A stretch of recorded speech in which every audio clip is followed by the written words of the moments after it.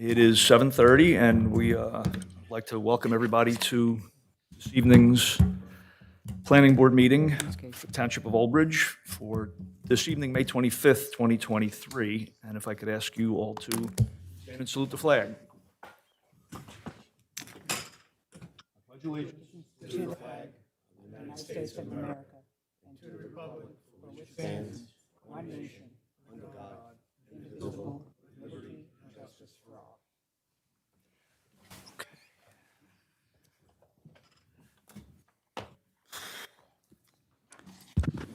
Adequate notice of this meeting of the Old Bridge Township Planning Board of Adjustment has been provided in accordance with the Open Public Meetings Act at least 48 hours prior to the commencement of the meeting by predominantly posting in the municipal complex an announcement given the time, date, location, and agenda of this meeting, mailing such announcement to the Home News Tribune, and filing such announcement with the municipal clerk. Ms. Cannon? Yes, here. Mr. Lenning? Here. Mr. Amakis? Yeah. Mr. De Palma? Absent. Mr. Lauer? Here. Mr. Renna is absent. Mr. Petty? Here. Ms. Masella? Here. Mr. McIsaac? Is absent. Mr. Brennan? Yeah. And Chair Marucci. here.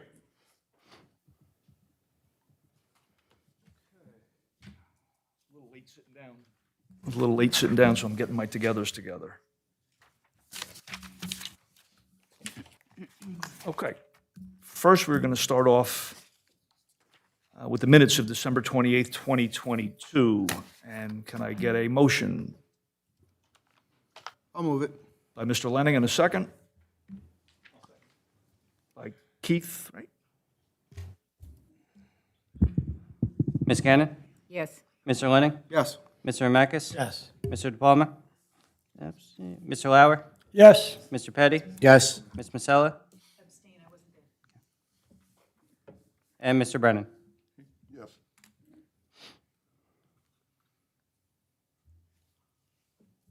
Okay, now we move on to resolution number 23-2019P, Vista at Old Bridge LP, extension of approval. And if I could ask for a motion on that. My God.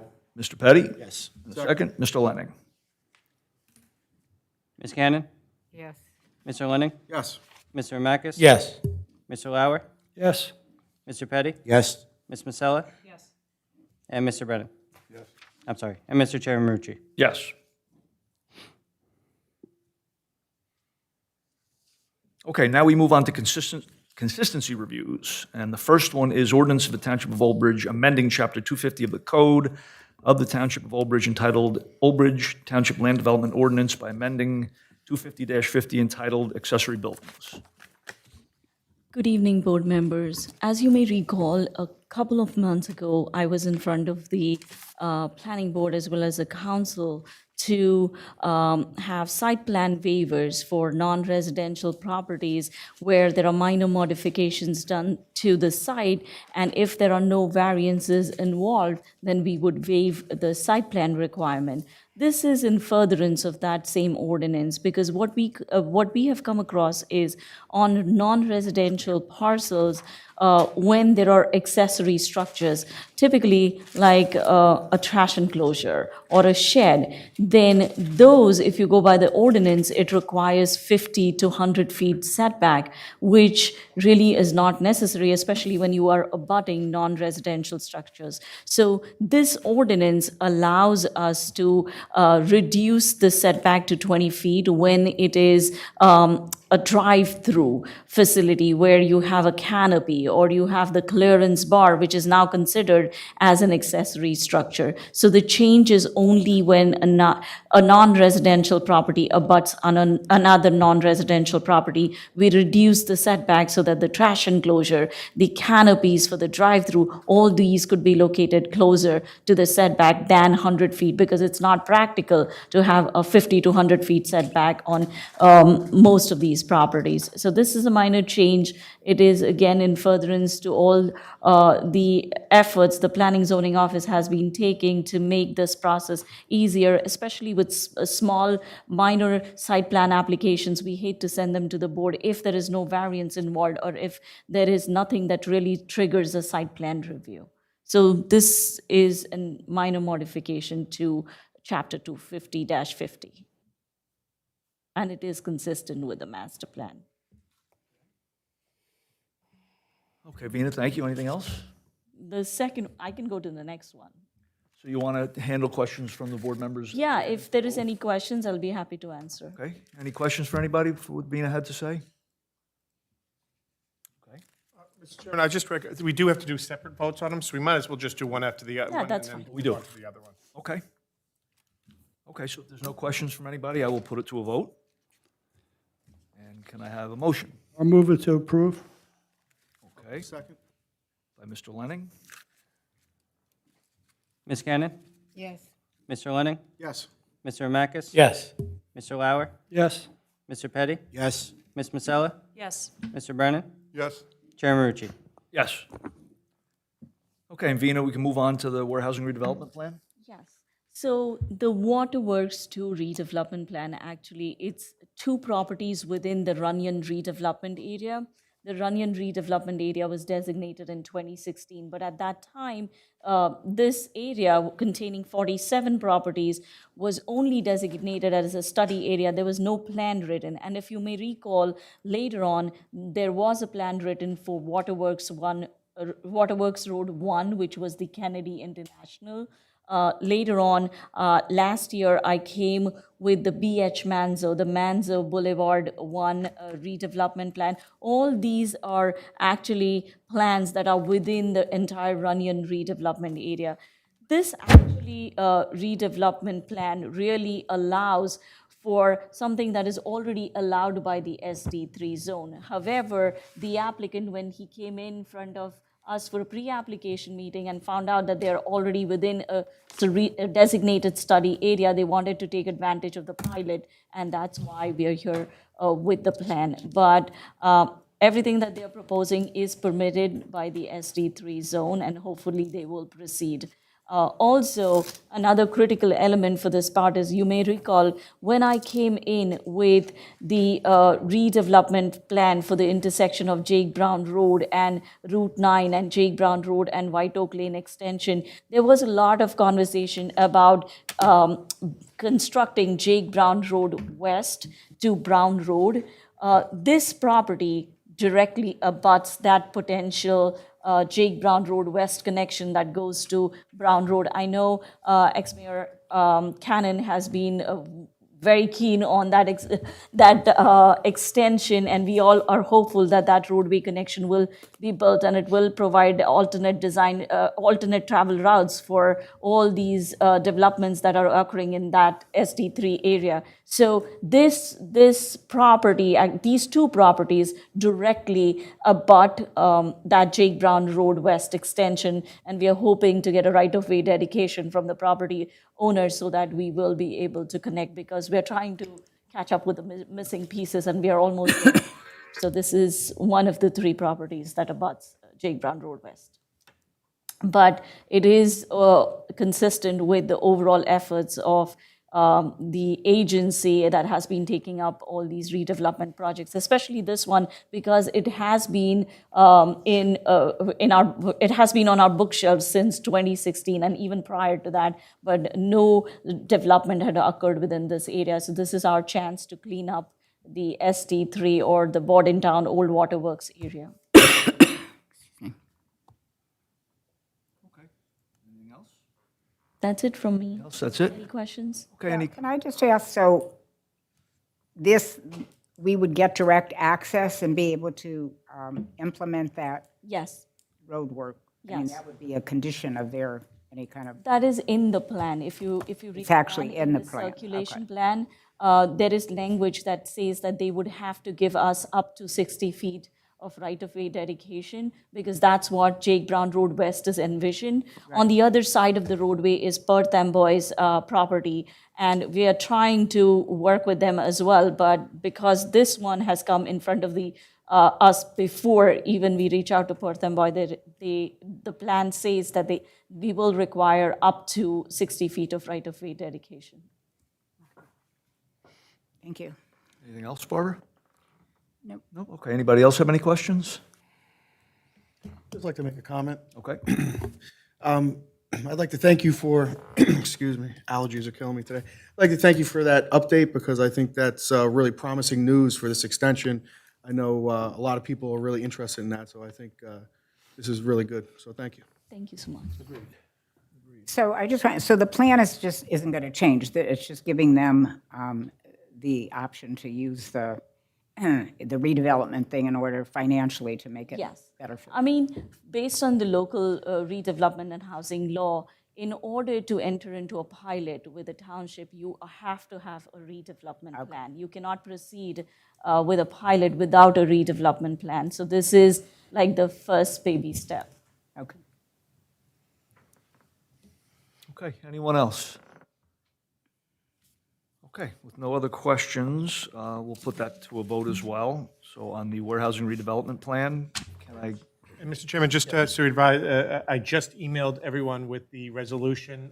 It follows our standard resolution that goes to the governing body that confirms if the board so votes in favor to recommend that or finding that it is not inconsistent with the master plan. excellent. Okay, thank you, Joe. Okay, so with that, can I get a motion? I'll move it. By Mr. Petty and second by Mr. Lenning. Dean, Oh, by Mr. Mamakis, I'm sorry. he's away. Ms. Cannon? Yes. Mr. Lenning? Yes. Mr. Makis? Yes. Mr. Lauer? Yes. Mr. Renner? Is absent. Mr. Petty? Yes. Ms. Masella? Yes. And Mr. Brennan? Yes. You forgot me. And Chair Marucci. Yes.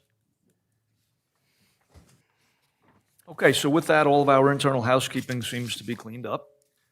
And we'll move on to our first and only application of the evening, which is 13-2023P, Seaman Brothers Marketplace, and that is a major, So we, I'm sorry? sorry. Did I miss something? We have the completeness waiver. Jumping ahead. Thank you. So we move on to the completeness waiver, which is 04-2023P, Elite Marble and Tiles LLC, and that's a major preliminary and final site plan with C variance and again, a completeness waiver. Actually, there is no representative because they agree with my assessment. And basically, this is a property that is located along English Town Road, where the applicant proposes a approximately 3,600 square feet warehouse. They had requested for a bunch of waivers, to which I denied a waiver on the, I'm recommending that the board deny a waiver on the community impact statement and the traffic impact statement, especially knowing that it's a warehouse, I wouldn't call it a warehouse, it's more like a mini warehouse type of a use, but traffic is critical, especially on English Town Road, so I would require them to have community impact as well as traffic impact report. And the other thing was the soil borings. There was a comment made by the engineering office that these would be required before building permits. And I'm okay with temporarily waiving that requirement so that they are required to submit soil borings at the compliance review stage so that they can get past the completeness and be scheduled for a hearing. And they agree with the assessment. Okay, so then what do we do, just to clarify? So record, all the other waivers that are requested be granted.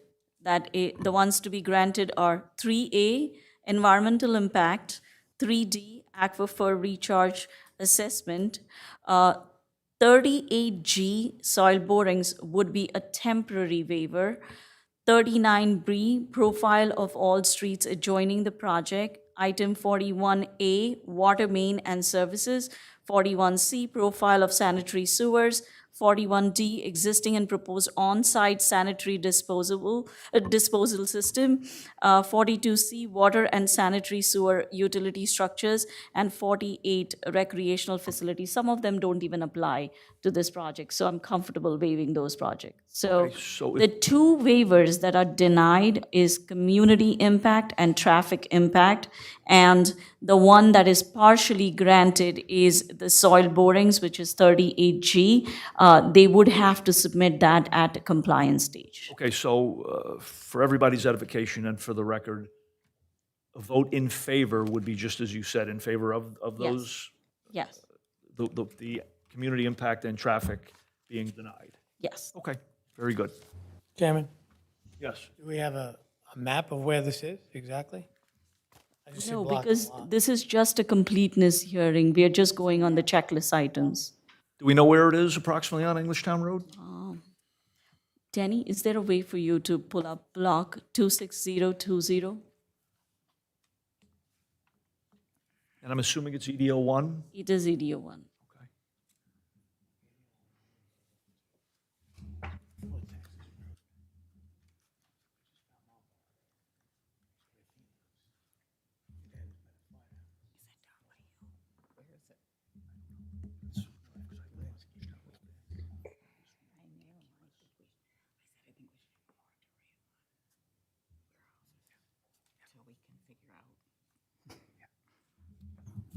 Skunk, yeah, it's close by. That's right. So where is that? So that's kind of... That's kind of by Market Boy and Old Bridge Diner. Yeah. Yeah, that little shopping center that's right next to Market Boy. It's diagonally opposite to Old Bridge Diner. Okay. Yeah, isn't there a little smoke? Yeah, there it is, a smoke shop Across the street. across the street, yep. It's the red one? Is that? Yeah, the red one? Yep, yep. Oh, it's just a wooded parcel, okay. Right across from Gordon Ave. Okay, I know where it is.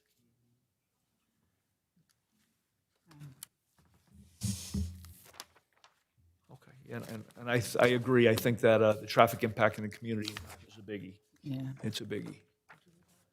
The ingress and egress from that property is going to be very challenging.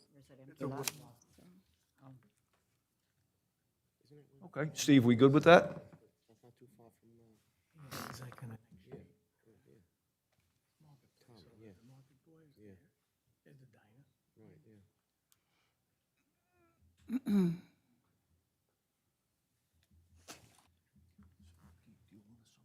Okay, thank you.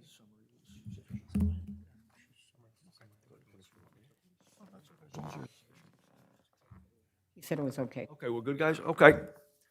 So with Vina's summary in mind, we'll put it to a vote. And again, a vote in favor is with the waivers being denied for traffic impact and community impact. So can I have a motion? I move it to, move it along. Mr. Lauer, and a second. I'll second. Mr. Petty? Ms. Gannon? Yeah. Mr. Lenning? Yes. Mr. Amakis? Yes. Mr. Lauer? Yes. Mr. Petty? Yes. Ms. Masella? Yes. Mr. Brennan? Yes. And Chair Marucci. Yes. Okay, now we can move on to our first and only application. 13-2023P Seaman Brothers Marketplace, major preliminary and final site plan with C variances. Good evening. Good evening, Mr. Chairman, members of the board. Lawrence Sachs on behalf of the applicant.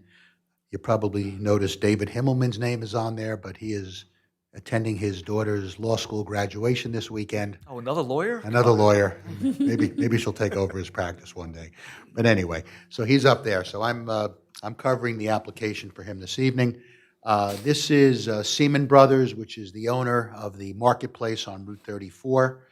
It's known as Block 3231, Lot 6. The address 435-443 Highway 34. We're in front of you this evening seeking preliminary and final site plan and a bulk variance approval. let me just indicate that we're not proposing any changes to the site. However, your ordinance does require, with the change in use and when it triggers a parking review, it obviously triggers the preliminary and final site plan. But there are no improvements proposed. And we also need a we need a parking variance based on the number of spots that are at the shopping center. Our engineer and planner will certainly testify that there's certainly abundant parking available, and he'll also, I'm sure, indicate that hours of operation really will not conflict with most of the other tenants in the shopping center. What's being proposed is an Italian restaurant known as Il Leone. The tenant has 30-plus years of experience managing and operating Italian restaurants in Staten Island, and they'd like to come out to Old Bridge and locate to the marketplace. So essentially, Mr. Chairman, I have one witness this evening. I do have the owner of the marketplace here, and I also have the prospective tenant, but I believe everything can probably be covered by Mr. Lieber, who is our engineer and planner. Okay, very good. So we can have him sworn in. Yes, would you please, when you're ready, raise your right hand. Do you swear or affirm the testimony you're going to give this evening is the truth, the whole truth, and nothing but the truth? Yes, I do. Could you please state and spell your name for the record? Hi, good evening. It's Mark, M-A-R-C. My last name is Lieber, L-E-B-E-R. One other thing before I get to Mr. Lieber. Presently, it's a vacant storefront. It had been a thrift store, had been a tucked in the dress barn, right, yes. But right now, it's vacant, so it's a vacant storefront. So it isn't replacing the thrift shop, it's the one on the end. Shifting over, Yeah. okay? But anyway, that's the location that we're talking Can we just about. quickly run down your witnesses' qualifications? Yes, I'm going to do that, Mr. Okay. Chairman. Mr. Lieber, if you can give the board the benefit of your professional, educational, and professional background. Hi. I graduated with a Bachelor of Science degree in Civil Engineering from Drexel University in '99. I was licensed in 2003 as a professional engineer. In 2004, I completed the part-time MBA program at Rutgers Graduate School, and in 2005, I was licensed as a planner. 2006, I completed the Certified Municipal Engineering Certificate Program, and have since worked on both the public side and the private side of this business. Presently, I'm on the private side, testified before this board as well as your zoning board.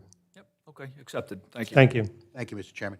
Mr. Lieber, I know you're very familiar with the proposed operations of this tenant, so if you can go into that first, and then obviously we can get into the traffic and parking analysis that you provided. Sure.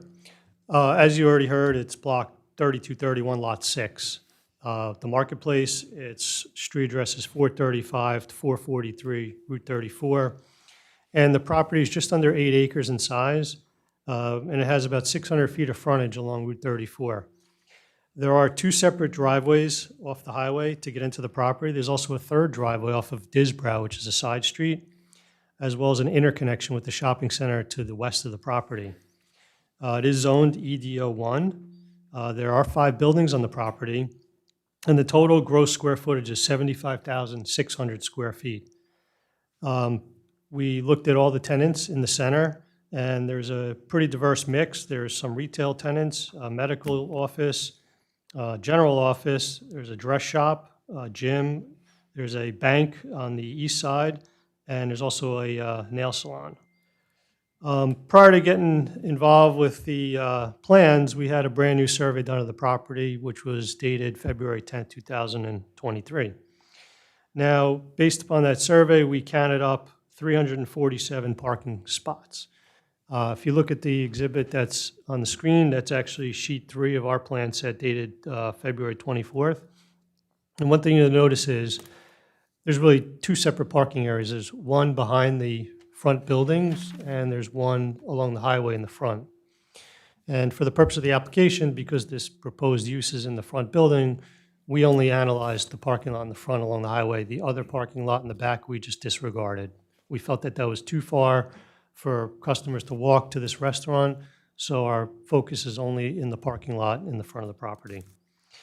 Now, based upon the town code, for a shopping center this size, the parking requirement is 5 spaces per 1,000 square feet, or 378 spaces. 78. Now, there is a 2,100 square foot vacant space, which is the subject of this application, and as you heard, would be occupied by the Italy-only restaurant. Now, in the restaurant, we would have 40 sit-down seats, and the hours would be lunch, 12 noon to 3 p.m. Tuesday through Sunday, and dinner, 4 p.m. to 10 p.m., again, Tuesday through Sunday. The restaurant is not open on Monday. There are anticipated to be 8 to 10 employees, and the use does not require a loading zone. Most deliveries are small trucks, UPS-sized trucks, and they come in the morning. Now, when we looked at parking, if you were to exclude this 2,100 square foot space from the overall shopping center size and apply a higher parking standard to that, for example, 1 space per 50 square feet, then we calculated that the restaurant alone would need 42 spaces, and therefore the entire property would need 410 parking spaces. Now, because there's only 347 parking spaces on the property, it appears that there's a deficiency in available parking. So we did a parking generation report, which is dated February 24th of this year. And you'll notice on the second page, we recap all the tenants in the entire center, as well as their hours of operation and the square footage that they occupy. Following that, we looked at another parking standard aside from the town code, which is the Institute of Transportation Engineers Parking Generation Manual. And they have an extensive list of studies for this type of use, which is characterized as a quality restaurant, which is one that does not serve breakfast. Now, if you look at the parking generation in the IT manual based on square footage alone, and I'm just going to pull out the peak, which is the worst case, which would be a Saturday. They have studied that the requirement is 16.4 vehicles per 1,000 square feet. Now, at 2,100 square feet, you would estimate the need to be 34 parking spaces. So 34 parking spaces is slightly lower than the town code, which is 42, so we stuck with the 42. The IT manual also looks at restaurants based upon the number of seats. And they calculate that at the peak, which is a Friday evening, the demand is about a half of space per seat. So at 40 spaces, you would need at 40 seats, you would need 20 spaces. Once again, that number falls lower than the town code, so we stuck with the town 42 space requirement. Now, putting all that aside, we actually did field counts, where we sat on the property and counted the available parking in 15-minute increments during the week of February 6th, and we did this in the daytime and in the evening. And again, we only looked at the parking lot in the front because we felt that that's where people are going to want to park to go eat here. So, the worst case with the lowest available spaces happened to be at 12 noon on a weekday, which was February 8th, and there were 52 available spaces. Now, although 52 available spaces is still much higher than the 42 spaces that seem to be required, I think it's interesting that that peak occurred at noon, whereas a restaurant's expected to have the highest amount of traffic on either a Friday or a Saturday night. Now, this report is overwhelmingly conservative because if you look at the list of the tenants and the hours of operation on page 2, none of those places other than the liquor store are open when this restaurant would be expected to have its peak occupancy. So our conclusion was that when you take into account the field data as well as the non-overlapping peaks, and the fact that we're only looking at one parking area in the entire property, I would say that there is an overwhelming abundance of extra parking available and that this use is not going to create any problem whatsoever. Now, we received 2 technical reports. The first one is from the Department of Community Development. It's dated May 23rd. The report goes through some of the background of the property, and the zoning requirements, and there's a couple tables here where they indicate the same parking calculation. We had 42 seats for the restaurant. And when I went through the report, I did not disagree with anything in the report, but there were a couple of comments.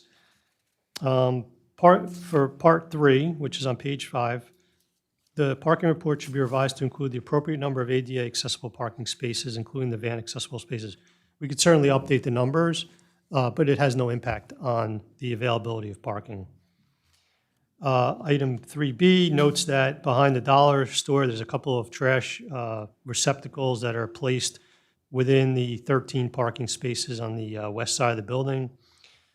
We'd be happy to work with your staff to review the prior approvals on this property to make sure that those receptacles are placed in the correct locations based upon the prior action of the town.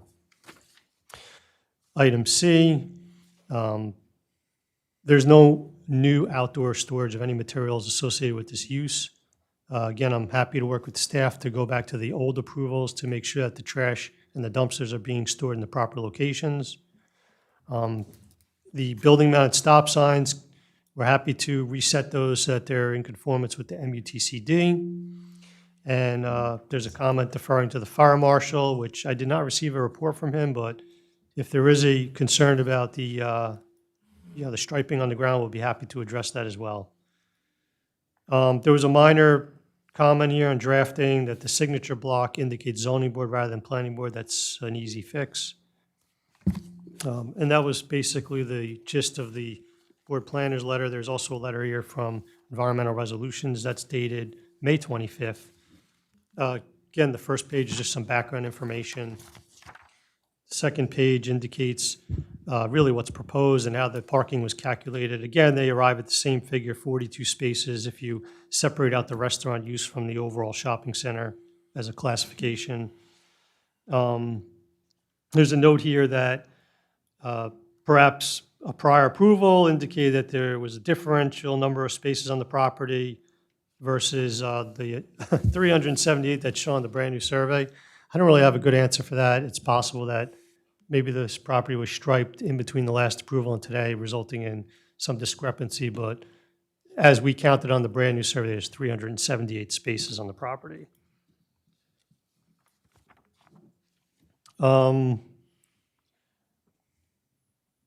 Just looking to see if I missed anything.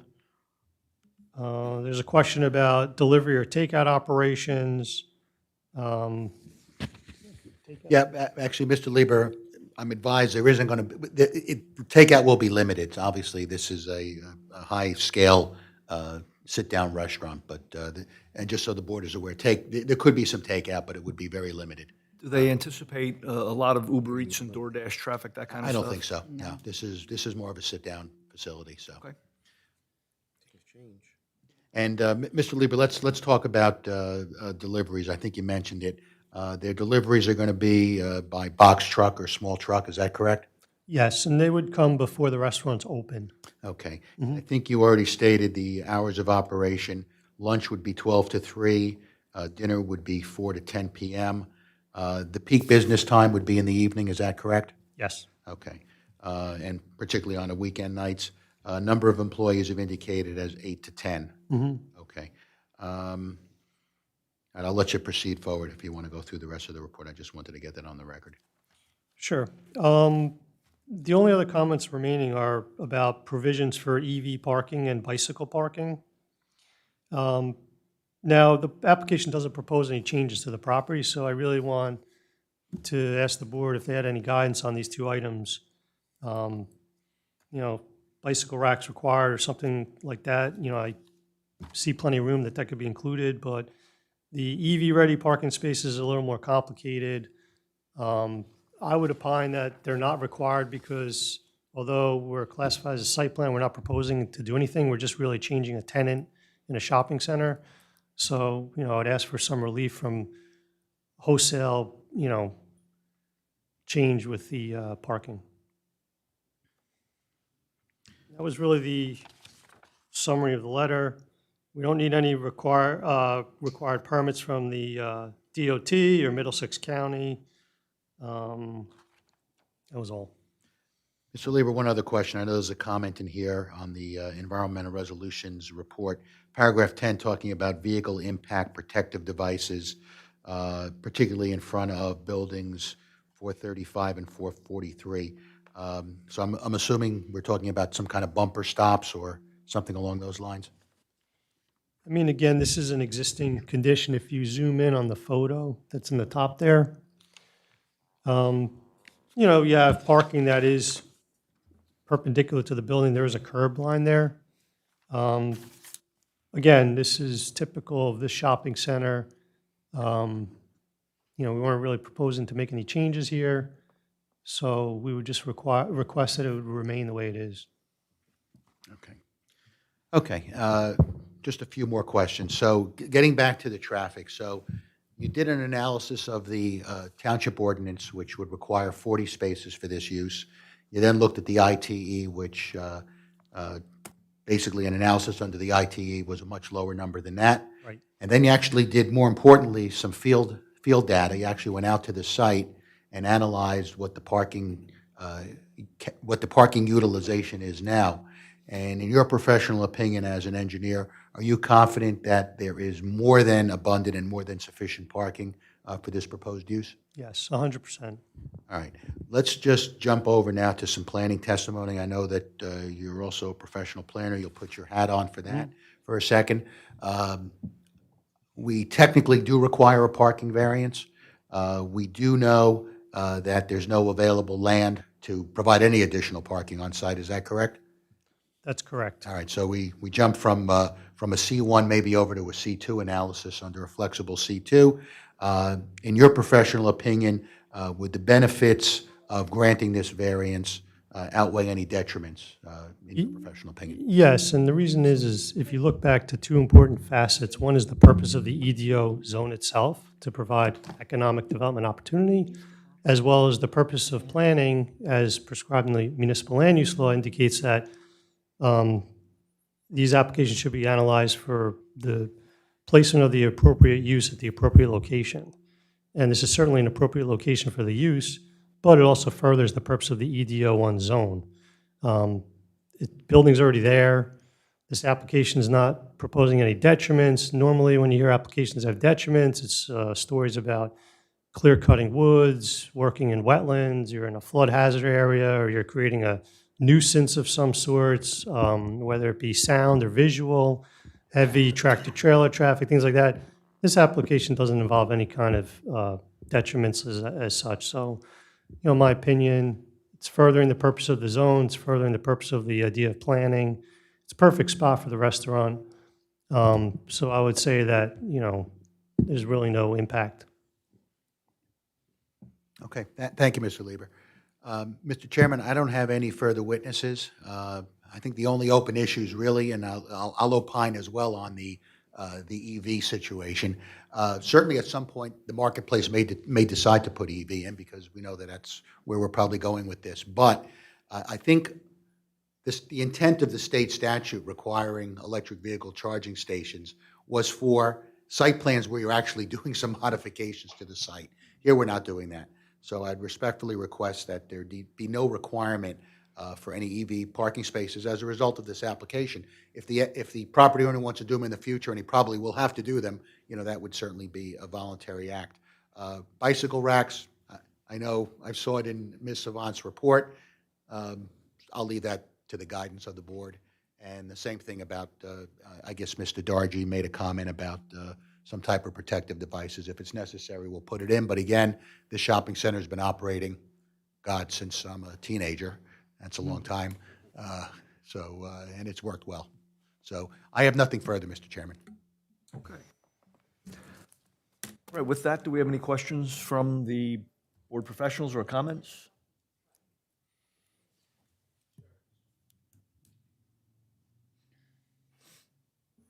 There we go. Good evening, board. We reviewed the parking generation report. We issued a letter, I believe it's dated today. We concur with the findings of that report. You know, typically, you'd like to see at the maximum an 85 to 90% occupancy for parking facilities such as these.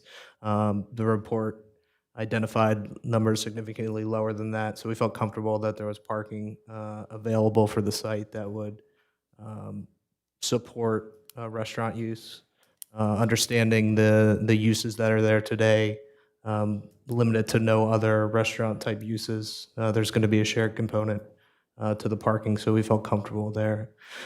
Some of the comments that you heard, the EV parking, again, no new spaces are proposed. If there were any new spaces, a parking facility such as this would be about 4% would be required. But understanding that no new parking spaces are being proposed, I think it's a fair ask from the applicant to the board to consider not requiring the EV spaces. Bicycle parking, I think Vina could allude to this a little bit more, but the EDO 1 zoning, the zoning for that space was considered for a mixed use, residential and retail, and the same type of uses. We don't have residential here, so the bike parking, may not be as necessary here. However, you do have employees. Some of those may bike to work, so it's something to consider for the board. Now, will the bike parking, if required, take away some of the vehicle parking spaces? No, I don't believe so. I think there's enough space within the retail center. There's, I would say, a significant amount of sidewalk area that they could be incorporated into those spaces without taking any vehicle parking away. And I think the last comment, vehicle impact protection, that's kind of a comment that we're making these days for head-in parking that's adjacent to a building. It's not necessarily to protect people walking on the sidewalk. It's for the folks that are dining in the restaurant that aren't expecting a car coming into the building. Join them, yeah. And it's something that we're seeing more and more, these incidents. So we would suggest at a minimum, those head-in spaces, particularly with depressed curb across them, because there's not a big reveal on those curb lines, that you consider providing vehicle impact protection, whether it's bollards or, decorative planters that are crash-worthy. They might add a decorative element to it. But again, that's a recommendation that we have for the board. I think that's everything I have, but happy to answer any questions. Thank you, Brian.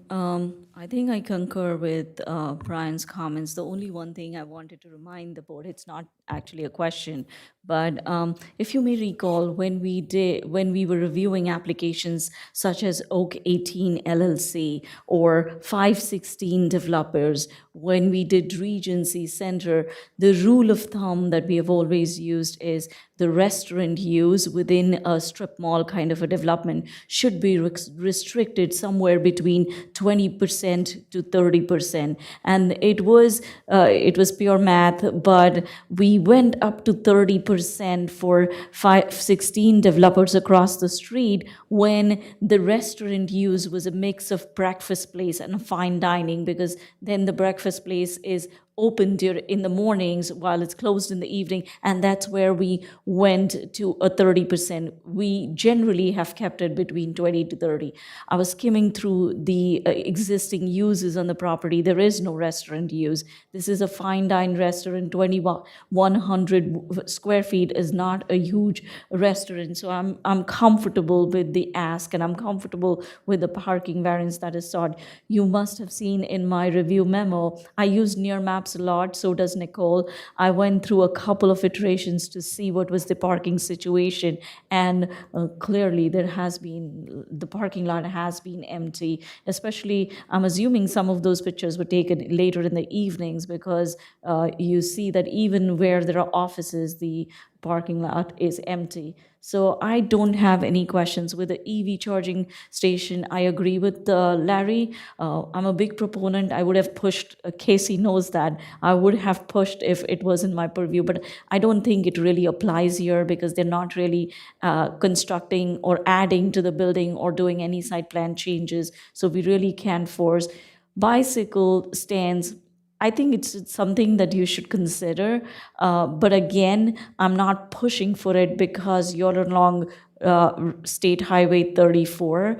I don't think there are bicycle lanes there for somebody to bike. However, I do notice that there is a bus stop right there. So it might be a good idea to have like staggered bicycle stands throughout the property, because there might be somebody who bikes in and takes the bus, or who wants to bike to the store, so, especially knowing that there are residences along. But it's a request, not something that can be enforced.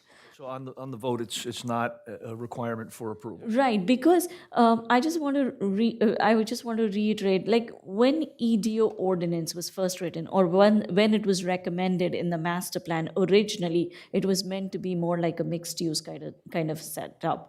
But when the ordinance actually went in front of the council was not comfortable with residences at all, and then it changed to be more commercial type of use. I think the bicycle, the requirement for bicycle stands and having a bicycle path came from some areas where there is room to add a bike path, but it does not apply in every area that has that is zoned for EDO 1. So we have granted in the past a variance or a waiver on that requirement too.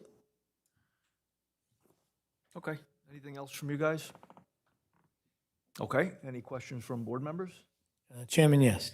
Couple of things. What's up? As the Economic Development Officer, I'm going to be in support of this because, positive growth in retail and restaurants are always welcome. And I'm going to keep it as positive as possible, and I may have to have a sidebar with the owner. As the Economic Development Officer, I constantly get phone calls in the past, and we can have a sidebar, and I'm going off topic. Marketplace 2 constantly gets overrun from whatever conditions. You had a food truck out there. So I get the calls from the other businesses in Marketplace 2, and there's overrun. So I think working together, and one of the biggest pain points for our police department, ourselves, is the trucks that come into, just to make you aware of this, and it has nothing to do with the restaurant, but the trucks that are delivering come into Marketplace 1, go into Marketplace 2 and stay. Sometimes in the mornings, I live in that area, I come over and the tractor trailers are parked in your parking lot real early in the morning. It may be a sidebar, but I think working together with the other property owner so overflow doesn't go from the restaurant, or making an arrangement that overflow can go into that lot. But the chain is up, and the chain keeps getting knocked down to protect from these trucks going in and out of the lots. It may be sidebar, but just an understanding that overflow may go into that lot. Nobody's saying it's going to be a challenge, but I think we need to work together just so we have that understanding. I'll be in favor of this application. Yes, I would just like to comment, because I've been here since before the marketplace was built, when it was just a little place on 34 with the snowsuits and whatever. And I loved the marketplace, and it really saddened me to see it sort of not live up to its initial potential. So I'm really excited that maybe this will get things going again. And the parking to me doesn't seem to be, I mean, we always parked in the back and walked to the front. It was no big deal. And, it's just a very convenient, and I just thought it was a great place, initially went to shop. And I just hope that maybe your presence there will encourage others to come and join, because it was a great place, and we were there a lot. See it, but And one more item, working on the back end, getting the thrift store there through Calvary Chapel Church and also Dollar Tree, working on the back end. I live over there as well, and seeing it starting to populate, because I get the phone calls of why is it empty, and it's all good. I have a question and a comment. Sure. I'm not going to get nostalgic, but my mom used to shop there. So did mine. So it's like you mentioned later in your testimony, it was restriped and it's back up to 378 spots? No, I was trying to reconcile, there was a comment here that perhaps in a prior approval, there was supposed to be a different number of spaces on the property. Let me see where that was. I mean, what I was basically saying is that whatever it was supposed to be, there's 378 based on the new survey. Yeah, so there's more, so it strengthens your argument. Because you initially said there was 347 when you did the first count. And then it went up to 378. No. Yeah, I believe the I'm sorry, you're right. 2007 parking variance, the applicant required 363 and 331 were provided. I believe You're the right. application says, actually 363 were required, 351 were proposed. We're at 347, so Right, it's, so there's yeah, like 4 just a spaces difference of missing 4 somewhere. spaces. That's minor. Actually, there seems to be some confusion with the resolution because I pulled the resolution. So the resolution says that there were 331 instead of 351. But I know in talking to Dave, Mr. Himmelman, the bank had come in later for a use variance. And maybe at that time, there was a change in the parking count. I wasn't able to investigate further on it, and that probably is why there is a discrepancy. But we should go by what is existing now and what is required by the current configuration. Yeah, and to my point, with Mayor Cannon, my girls used to cheerlead when they first started many years ago in the corner store, and we always parked in the back, and there was adequate parking. There was no issue there. So you go into a nice restaurant, you park in the back, you walk up if there was any, a parking problem in the front. So I don't see an issue with that. So I appreciate that. The second comment, totally off topic, but you guys said you were going to address the wall-mounted stop signs. I appreciate that because that's a little strange, if you're not used to the parking lot. So I think that's another positive for the whole site as a whole. And that's all I have. Thank you. Thank you. Chairman Marucci, Mr. Lauer? go ahead. One comment and I think a couple of questions, but I'm not sure. I think it's a good idea with the restaurant because it's very close to the new golf course, and I think a lot of golfers will be stopping in. Parking, I've been to that site many a times. I've been in every store except the sewing store and the dress barn, and I've never had a problem parking. And my important question, will alcohol be served? That's to my liking, thank you. At a point, my mom shops there now. Chairman Marucci, I have a question actually, I'm sorry for throwing a curveball. I should have included it in my memo. But is there going to be outdoor dining associated with the restaurant? And I say that because now you're in front of the board. If you want, ask it now, because right now the township has what's the word? Oh my God. There is an ordinance in place that requires, they've seized it temporarily. We did it during COVID to encourage outdoor dining, but there is a seating limit. So anything beyond 8 seats requires you to come back for a site plan review. But if you ask for it, since you're asking for a variance, and suppose you want 10 outdoor parking spaces or 12 outdoor dining spaces, then this is your chance to ask. Otherwise, you would have to come back to the board. Yeah, I think we'll ask for that. Yes. All right? And I agree, because during the pandemic, everyone suspended the rules with respect Correct. to that. Yeah, so we would like to have no restriction on having outdoor seating. I mean, I don't think we'll have 10 tables, Well, but certainly we would like to have that option. just to clarify, it's a maximum of 8 seats. That's an ordinance that was passed after pandemic or before pandemic, that you can apply just to have 8 seats out there for an annual fee, I believe it's $99. But if you want more seats, what Vina is saying, request it now, Yes, according think to you what should. the capacity Is there a delineated area for those seats? No, when they'll have to provide a drawing of where the seats may be and if it fits. So if you had a pizzeria with a small little curb, you wouldn't be able to do it, but if it meets the conditions, they can then put the 8 So, seats. Mr. Marucci, what they can do is Mark can work with us on the location during the compliance plan stage, but for now, they should just mention how many, maybe 4 tables, 16 spaces, or something like that, just so that that- we have a cap and you don't have to come back. Yeah, I just asked my client, I asked the tenant actually, all right, and the tenant would like to have, probably going to have 5 tables. You figure there are 4 seats around the table, so we're probably talking around 20.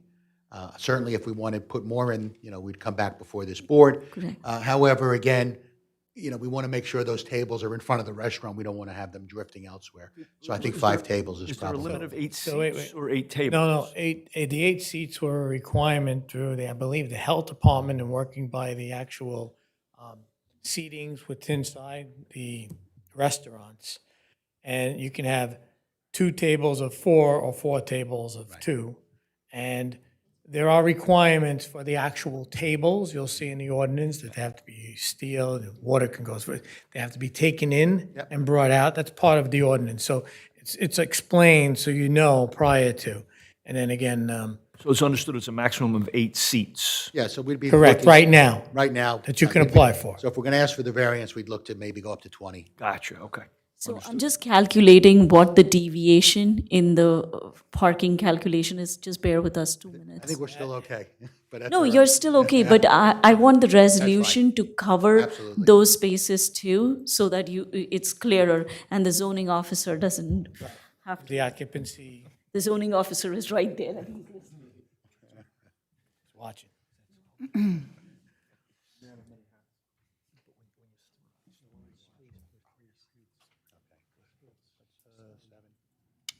7 parking spaces.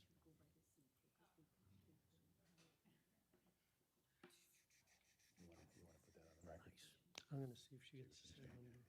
First they may do lips.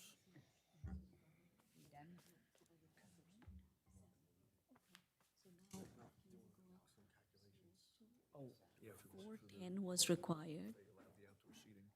410 was required, so now it's 417. All right, so the requirement would be 417 spaces, where 347 are proposed, That's with the 8 outside seating.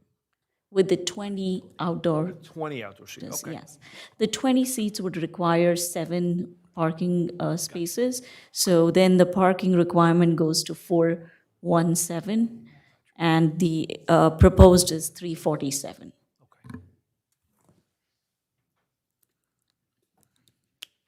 Mr. Lieber, while that number's been brought out, does that change your professional opinion as to the parking variance? What if he says yes? He's not going to say yes, but I, There's no effect. okay. And if he did say yes, I would have him correct that. So shoot for a higher number, and then the ordinance will basically, and wherever the variance is, can get you. It has to be stipulation of how many feet, that 3 feet has to be for people to walk by. Just like I review any outdoor dining application, I would review it. The only difference is they wouldn't have to file an outdoor dining application. They're just doing it as part of their compliance review. Okay, anybody from the board have any questions regarding anything else or parking? One other question, Yep, sure. maybe loosely related to parking, but, can you hear me now? All right. Maybe loosely related to parking, but perhaps related to vehicle and pedestrian traffic. You mentioned the loading and unloading, it wouldn't be tractor trailers, more like box trucks. That's and right. That would be in the front? Yes. So is there I'm sure this was reviewed, is that a no loading zone or a no parking zone? Would that maybe impede? I mean, it's just a drive aisle. Okay. Because you said before the restaurant opens, so it could be before 12 and the other businesses would be potentially open. It could. I mean, if there was a real problem, they would have to unload on the left side of the building, It's on the, yeah. where the, behind the Dollar Tree. What time are deliveries for the most part? They're early, aren't they? I mean, 9 o'clock. Earlier than 9? I mean, not real early, but, probably 9, 10 I know o'clock. sometimes the bread guys come by at 4 o'clock in the morning no, and not leave the here. bread outside.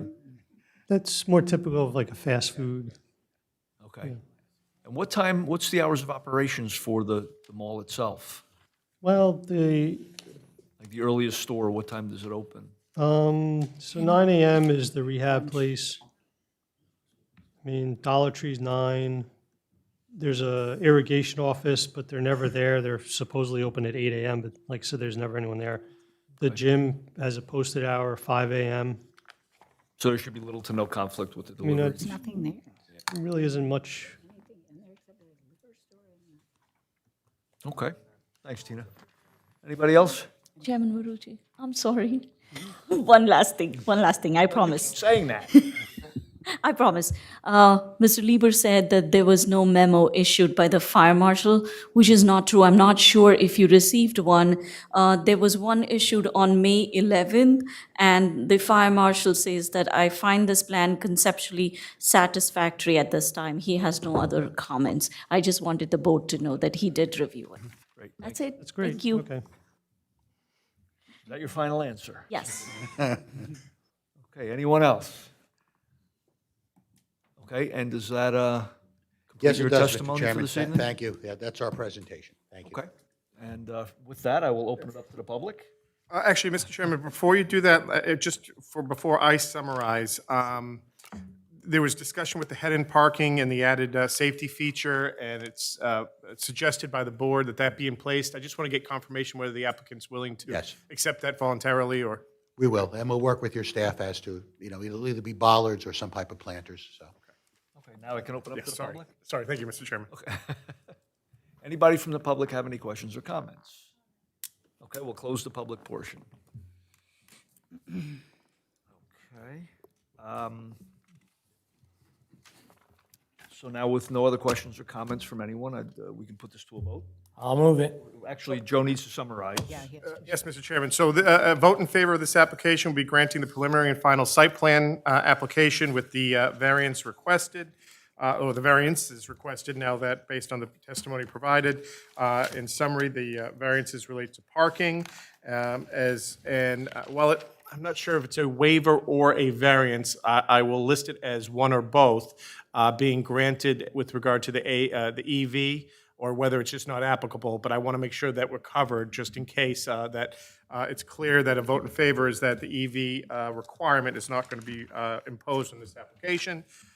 With regard to conditions of, and the other variance, as we just discussed in length, is requesting up to 5 tables and 20 seats for outdoor dining, which will, the applicant will be in compliance with the ordinance outside from the variance being granted, and the applicant shall submit a plan as to the proposed location of those seatings and tables in connection with its compliance review, subject to the township's review and approval. The other condition of approval is in addition to the standard conditions of approval and compliance with the reports, except as otherwise testified to and discussed at the hearing, would be providing the safety bollards or planters for the head-in parking as identified in the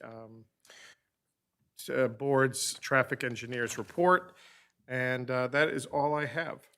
There was some mention of a review on the situation with the trash receptacles and also with the wall-mounted stop signs. Is that a condition? Yes, that is part of the compliance with the report, because those were identified. That's how I assumed those. But yes, if Mr. Chairman is to specifically call those out, yes. Okay. All right. So I'll move it. With that, who's that, Steve? Moved by Mr. Mamakis, I'll second it. by Ms. Cannon. She beat you. Yes. Yes. Yes. Yes. Mr. Petty? Yes. Ms. Pasella? Yes.